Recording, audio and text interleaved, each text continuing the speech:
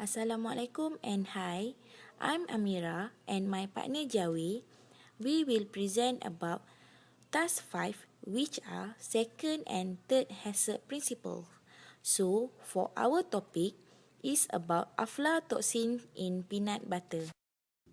So this is our phyla table, and we extracted 4 facts from the article. The first fact is peanut shells are soft, porous, which allows leaching of outside materials into the peanuts, and this makes us think that proper handling of peanuts throughout the processing flow of peanut butter is very crucial, since our peanuts are very vulnerable to contamination. And our learning outcome is how to ensure raw peanuts received are safe and are high in quality, and how to ensure raw peanuts received are properly handled. And we plan to reinforce and monitor the adoption of GMP guidelines by employees.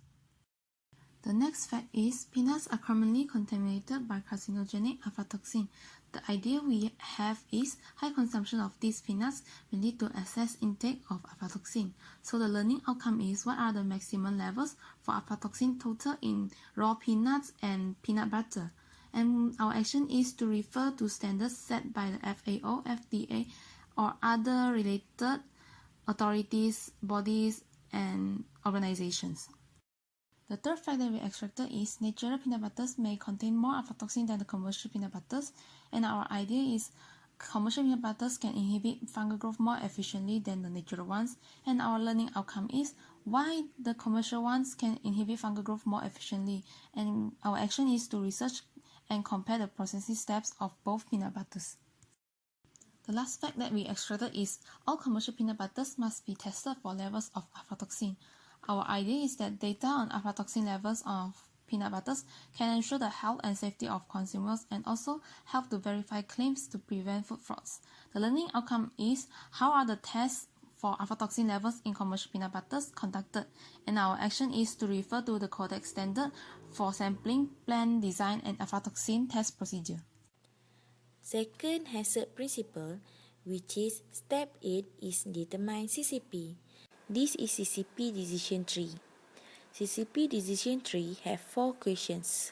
So to determine CCP, we need to answer all of these questions. So next, this is peanut butter processing flow diagram. We start the process by receiving the raw peanut. Next, we sorting the peanut and then roasting the peanut in the roasting processor. After roasting, we cooling down the peanut and go through blanching. After blanching, we grinding the peanut into the coarse paste and then mixing the paste with other ingredient. So, we do the second grinding and we fill the paste into the jar. Lastly, we pack and labeling the products. So, end of the process. So, from the flow diagram, we have determined 3 CCP, which are receiving raw peanut during roasting and blanching. The first CCP is receiving raw peanut. Initial aflatoxin level of the raw peanut may affect the final aflatoxin level in the finished products. This is because moisture level of raw peanut will affect the mold growth, which in turn it will affect aflatoxin level. The second CCP is during roasting. The raw peanut been roasted in the nut roasting processor, but with the low temperature, which is 85 degrees Celsius, so it will retain the level of aflatoxin and salmonella. And the last CCP is during blanching. The foreign material may cause physical hazard, and inadequate removal of this material may lead to a health issue.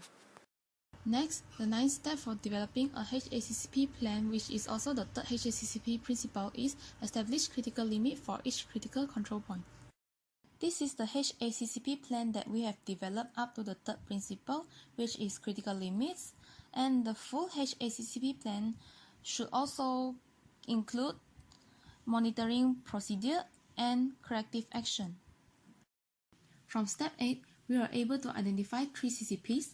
The first one is receiving, the second is roasting, and the last one is blanching. So the potential hazard for the first CCP is aflatoxin. The critical limits for this hazard is the maximum level for aflatoxin total is 50 microgram per kilogram, and the peanut moisture level should be less than 7%. This is because a high moisture level can promote the growth of molds, especially aflatoxin producing aspergillus molds. And the reason why we put receiving as the first CCP is because we think that the initial aflatoxin level greatly affects the final aflatoxin level of the peanut butter.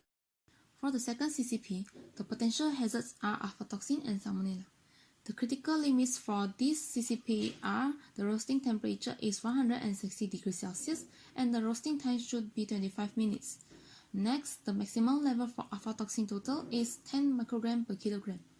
You can notice it is 5 grams less than the previous maximum level. This is because the previous one is for the raw peanuts and the maximum level for aflatoxin total in this CCP is for the roasted peanuts. And these aflatoxin levels are set by the Codex standard. And lastly, for the test for presence of salmonella, it should be negative. For the last CCP, the potential hazard is foreign materials, and the critical limits to this is the absence of visible foreign metals. So that's all for our presentation, and thank you for watching.